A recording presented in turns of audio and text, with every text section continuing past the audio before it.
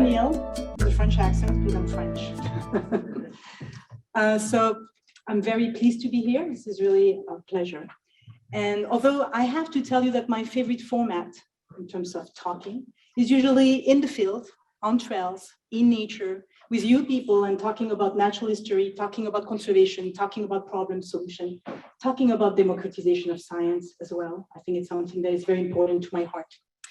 So in order to mimic that, just to make me a little bit more comfortable, because really I prefer to be in nature, I'm going to take you on a little journey for the first part of my talk. There we go. My first story is a story of wonder, a little bit of sadness as well, but also of humility and maybe of hopes. Although, you know, the word hope for me, I don't like that because I'm very action driven. You're going to probably see that or feel that during the talk. That was, just to have a speaker just in front of me like that. So, oh, there we go.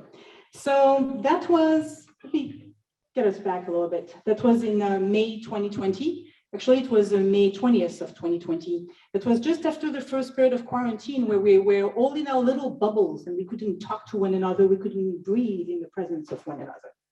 It changed radically the way that we're doing things at Earthwise Aware, because usually we were as groups in the field and we were documenting things.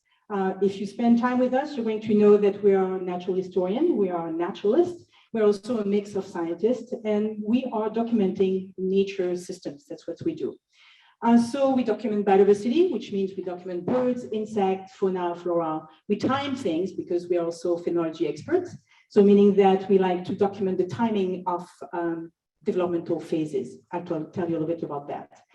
I'm a little bit of a mother somehow for my teams. And so I was often, you know, on trails with my teams. And then when COVID hit, I couldn't be with them. So I had to get my little tech hat and I started to create interactive maps in order for them to be able to find the species that they were documenting, actually to find their sites. We operate in another area. We operate a lot in the Middlesex Fells. Actually, we operate in a lot of areas in the Middlesex County. And now we're a little bit, we have a step in the Blue Hills. So that day, we decided, Kathy and I, one of my other leaders, to get on trails together and to do one of our weekly monitoring of one of the area in one of the urban forests in the Middlesex County. We started, and as soon as we stepped in the forest, of course, we started to hear May wood thrush. Emily, do you want to just? It's coming. It's coming. At this time of the year, what happens is they are territorial. I'm not hearing anything yet. But what they want to do is it's essentially to find a mate in order to find to establish their territory and start their family together. Right? Are you finding it, Emily? I have it for Zoom. Jay, do you have it for in person? Oh, I guess we're not going to hear it. But so just so that you know, it's a beautiful song. I hope that we're going to be able to play it a little bit later. But do you know that birds, such birds, usually have two voice chambers and they're able to carry two tunes at the same time. So for me, it's always a pleasure in the May time to hear them, right? So there we go. Of course, we counted them and we counted this developmental phase, which is the singing and establishing territories. One of our objectives was to go to one of our sites on around the pond. Of course, we also document reptiles and amphibians, which comes very apropos with some of the winners, photo winners that you had. But here we were documenting eastern painted turtle. I have to tell you that during COVID, something happened because people were consigned in their home, right? They had nowhere to go, certainly not in their offices. So they started to really pour themselves in all our public spaces. Wonderful, except for one thing. Many people do not know really how to behave on trails. They don't know how to be in our green spaces. One of the direct consequences of that is we started to have a hard time to document, oops, I need to be more active there, to document our painted turtle. Because, there we go, let me go back. How can I go back? When you approach them at less than 60 yards, I mean, they are very sensitive to vibration and then they go into hiding, right? So this is a problem. They camouflage themselves from us, of course, but what we do by being too close, too loud, is actually we disrupt their natural cycles. Just wanted to mention that. That day, Cassie and we decided to split our work. So she would focus on the phenology. And for those who do not know, phenology is the timing of seasonal event on fauna and flora. We monitor about 100 species across the Middlesex County. We are both, by the way, phenology leaders, certified phenology leaders. That's one of our skill sets from the National Phenology Network. And we are one of the top observers of oaks in the country. Right? So Cassie was focusing on the phenology, timing things. For example, she was looking at the flowers, open flowers of blueberries there. Very important understory shrubs, which provide a lot of sustenance to a lot of our wildlife out there. Another thing that she was doing is to document here the increasing leaf size of the white oak. This is a young leaf that just came out. And so what we do is we document this phase as well as the intensity in relation to the entire canopy of that species, of that individual of the species there, right there.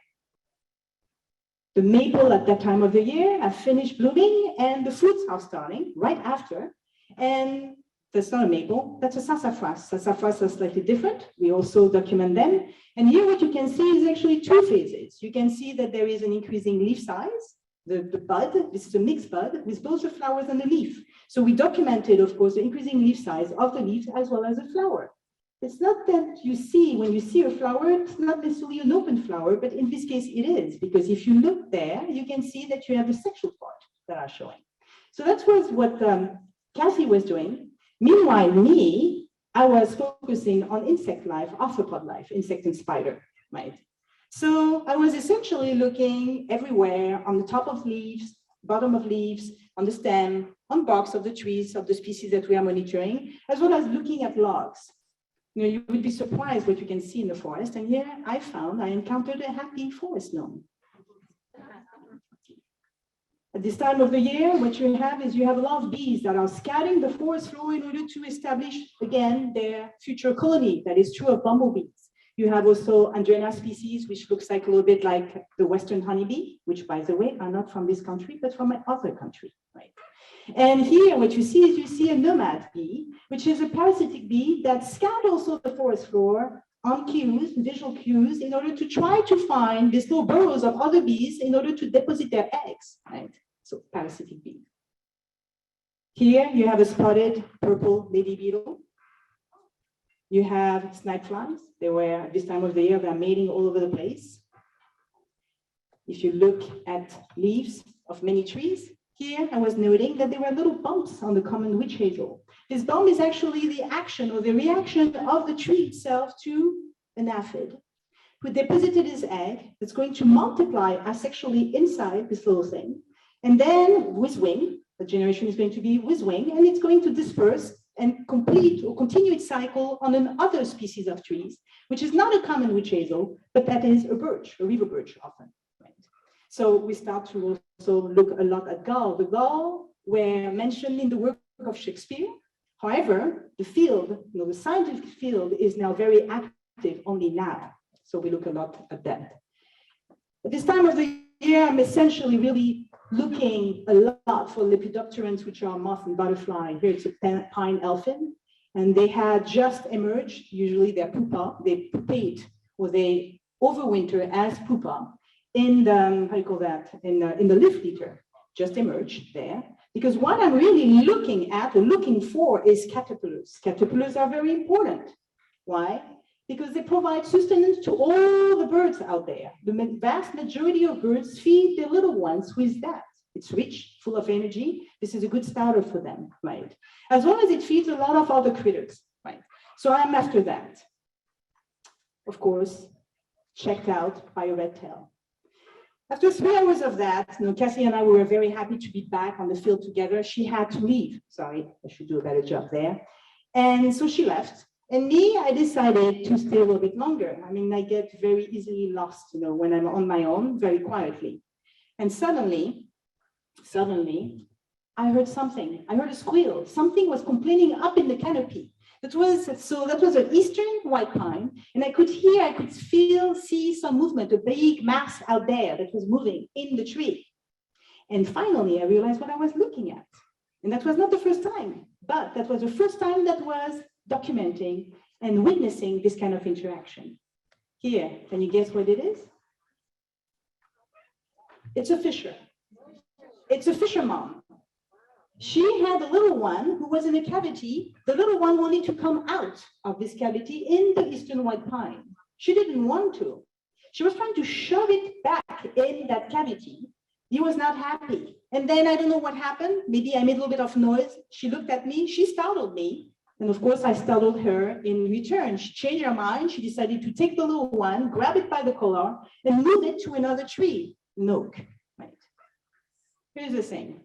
The takeaway for me was the following on this little story.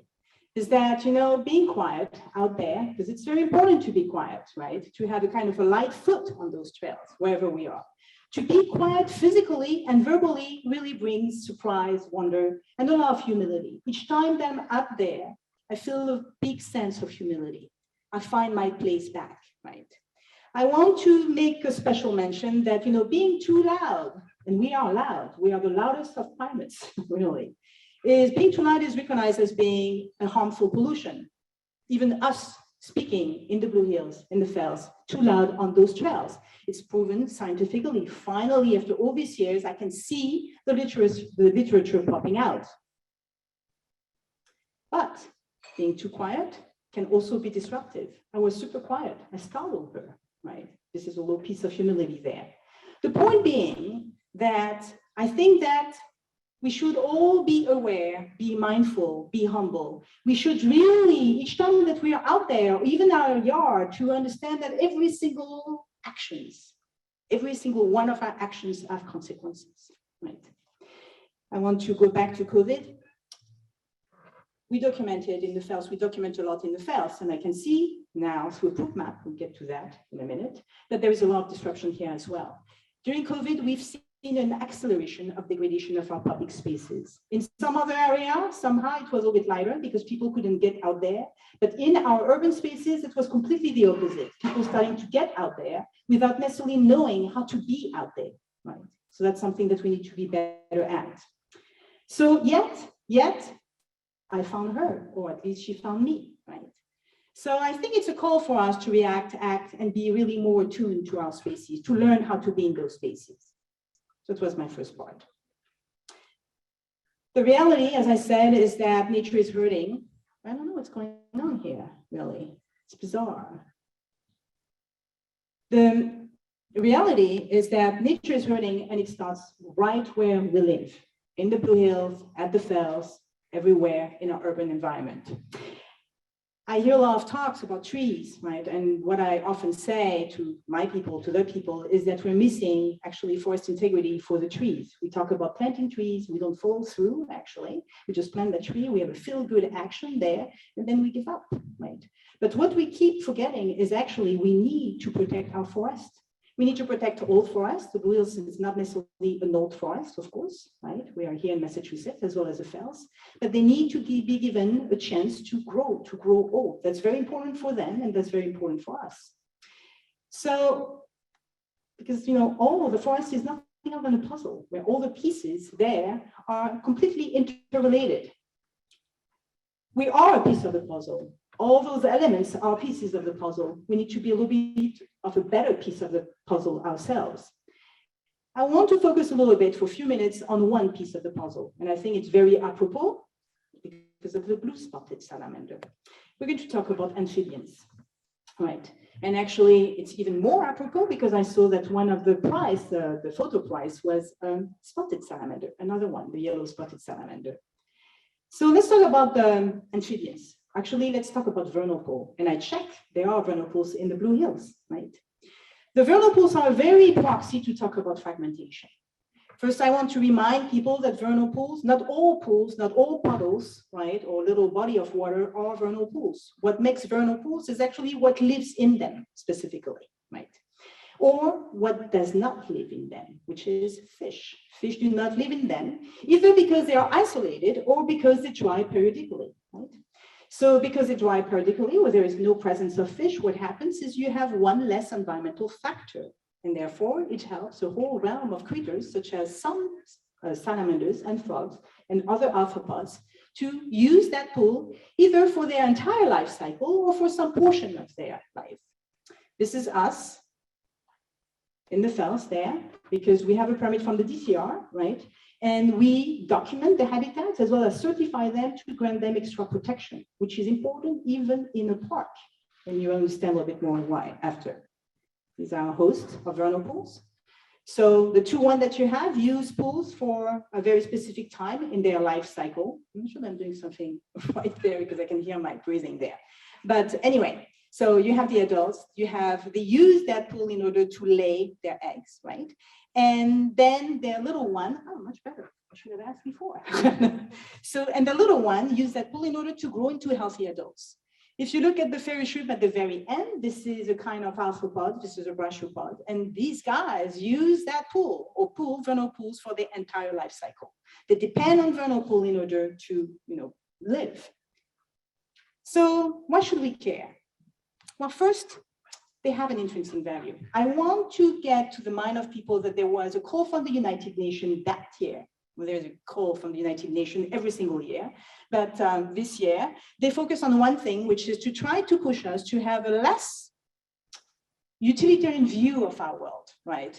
The modern world, and certainly here in America, we see things as resources. Our entire vocabulary is, has this kind of axle around usage of spaces or nature in general. Well, we need to change that a little bit. Well, why? Well, they're all beings. If you look at frogs, for example, the modern frog is something like 190 million years old, compared to us, modern human, 200,000 years old. We are that young. We are that young compared to them. If we were losing them, we would lose actually a huge part of our history, right?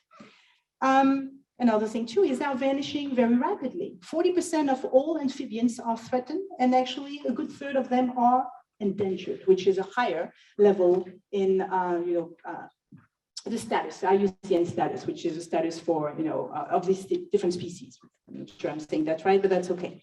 And they are, regardless, they are a very good proxy, or they are a very good ecosystem indicator or forest indicator. Right. When you see something happening to them, good or bad, that tells you something about the habitats and your forest. Right? So often people said, okay, so we want to protect vernal pool, then why don't we somehow isolate them, put a dome of some sort on them so that we can protect them? But that's not how it works. Look at us in COVID. Did we really survive being completely isolated that way? Well, that's the same thing and more, right? So what is important in our forest is really to also, so the pools is one thing, but also to protect the space between those pools, right? The space in between is very important. Why? Because amphibians need a completely clean, unobstructed forest floor in order to disperse, to move, to mate, to move along, right? Very important. And that litter, this kind of unobstructed litter, for example, is important also because it brings a lot of humidity, right? A lot of freshness, which in times of drought or climate change, as we now live here, we are a hotspot for climate change in the Northeast. It's pretty tough. They are really getting a tough time right now.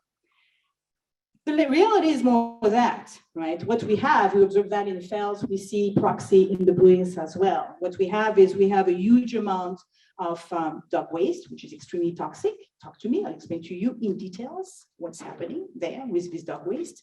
And we also have a lot of fragmentation in terms of informal trails, for example. Leaving the established trails by the Department of Conservation and Recreation, in the case of the Blue Hills and the fells, and exploring, because we are an exploratory species. We love that, right? What we are doing when we explore this way, which is tough, is we're also creating fragmentation, compacting soil, creating venues for invasive, creating venues for predation, and creating island effect where biodiversity starts to be depleted in all of those little patches, right? That's what we do. So we're everywhere, our dogs are everywhere. They also startle, wildlife, only when they're on off leash. That's a big issue. Numerous papers on that, scientific papers. Talk to me, I'll direct you to them as well. So we need to do a little bit better. It doesn't mean that we should leave the woods, not at all, but we need to readjust in order to be better in our woods, okay? The threats, again, the recap is dog poop. We're known for the dog poop map in the Blue Hills. Fragmentation in the form of mountain biking in unauthorized areas, informal trails, pollution in general, invasive species, all these kind of things, and climate change, of course.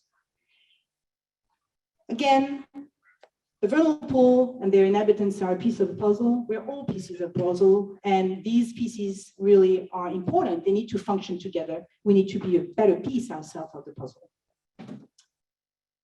By the way, are those anti-threats? No.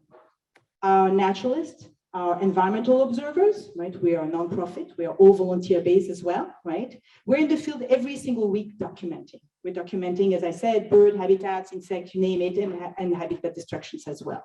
So we see that, right? I'm going to show you some maps so that it might inspire you to go even further with the Blue Hills there. When it comes to the Blue Hills, so this is how we got into the Blue Hills, is that Judy contacted me through the Friends of the Fells. I'm also a board member of the Friends of the Fells, and because she wanted to have the poop app. And so we developed a partnership so that we could have a dedicated poop app just for the Blue Hills. I'm absolutely amazed, by the way, by the dedication of the volunteer of the Blue Hills. I don't want to play favorites, it's not my style, but the Blue Hills volunteers are quite on the job. And this is not 1,200 data points, Judy. It's more like 3,000 data points, right? Impressive. You'll see a map there. So thanks to all of you, right? The result is, this kind of more, how do you say that? It's a playful map, but actually it's a useful map because you can see things. But now when you look at the data, the data person as well, right? So I started to play with the data and to see some kind of some of the area where you have high density of the record. It doesn't necessarily mean that you have more poop there, but definitely it's being observed at those locations and could help to mitigate and prioritize action on the ground, right? So my call here, you heard me talking about being naturalist, right? Talking about observational data, is I want to tell you that when the people are involved, you are a healthy mix of scientists, naturalists, and environmental observer, volunteers, right? And I strongly believe in people power, right? So I invite you to be engaged to become a naturalist. It's not that hard, just plug to the right team and you will see that the learning curve is completely exponential and it's something that is so rewarding, right? Choose an org, by the way, that follows rigorous protocol, that understand what they are doing, because data ethics is very important. You want to do something that has an impact, not just collect things for the sake of collecting things, right? So here, I'm going to show you, this has not been doing well, but I'm going to show you people power, right? This is what we've been doing in the fells. This is a map, this map here, I'm going to click on it, but this is an interactive map. It's data layers that we've collected. Some are ours, some are coming from the outside. I don't want to go into the tutorial of that map, but it's public, right? But you can see that all these layers there, fells usage, which is, for example, measuring off-leash dogs, on-leash dogs, right, to see how it fluctuates, depending on campaigns, for example. We have informal trail there. Biopollution records is a fancy word for dog poop, right? So here, everything is on that things. And if you connect, if you click everywhere, you're going to see all the data recorded behind it. On top of that, we do vernal pool work. So we gather some documentation and put it on that map as well as we document natural communities. So there we go. And we aggregate that with natural heritage, natural communities as well, right? So all of this data, we also gather external data to see, hey, all these Gaia, old trails that we use as well, show me, I want to see those trails. And actually, not surprisingly, a lot of those trails are not formal trails, right? So that can give you an action point to talk to those apps, right? To talk to those provider and tell them, hey, by the way, can we try to at least respect the Department of Conservation and Recreation Trail? So it's an action-driven map, right? So this is people power. This is really public, action there. So I think it's very powerful to be together outside and to gather our forces and to look at different dimensions, right, of the environment, document that, because then you can put that in the government's institution as well as all vested organization in the health of a habitat or forest and say, hey, here are the problem. You cannot unsee this map. You cannot unsee those dog poop map, right? The problem is there. You see a poop on a trail, that's one thing. You see that map, it's a whole different story, right? So it's people power for me. So, all right, the way forward. I'm missing something there. The way forward.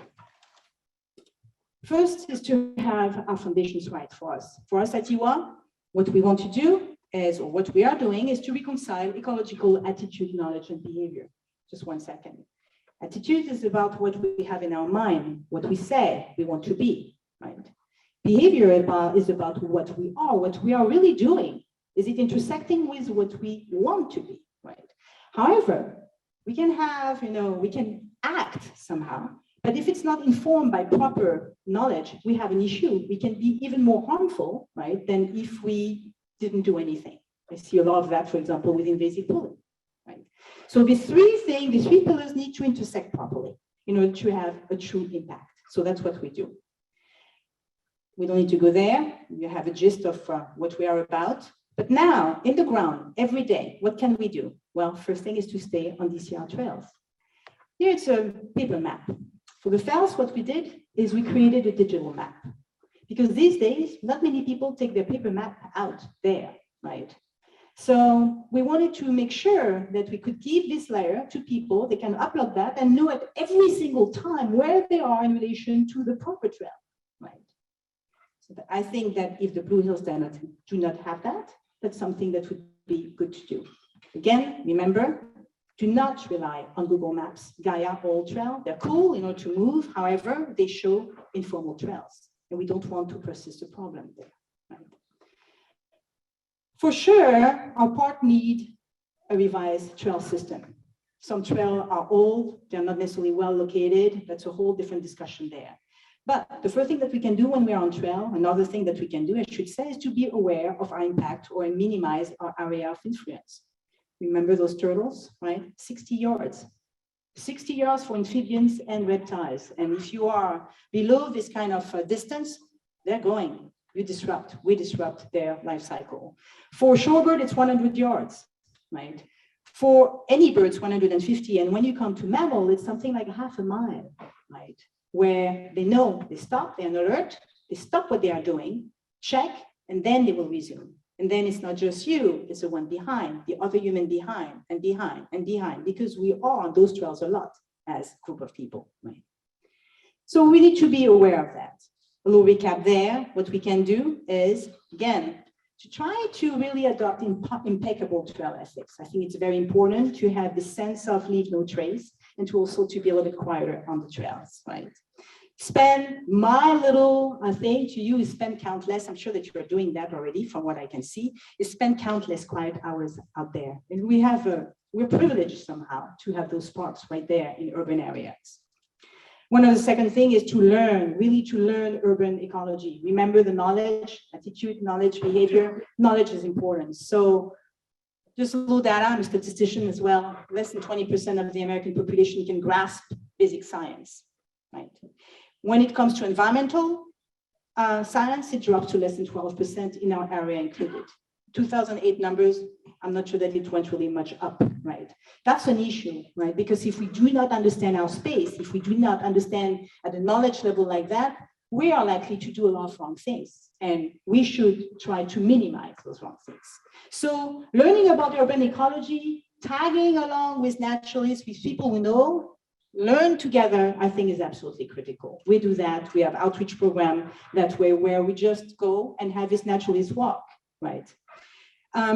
And then, of course, well, you know me now, becoming a participatory naturalist, scientist, environmental observer, I think that, this is something that is in the reach of everybody, and that somehow helps to gain that kind of knowledge as well. That's another means to gain that knowledge, right? People power, remember, people power. In short, volunteer and grassroots organization, Blue Hills, ecological organization as well, you want these kind of things. Make sure that you disperse that knowledge is important. Adopt a trail, of course, share that knowledge and resources. Remember that if we are all closeted and keep that for ourselves, we're not going to do good. We need to share that knowledge. We need to push the discussion right now. And voting is also very important. Right?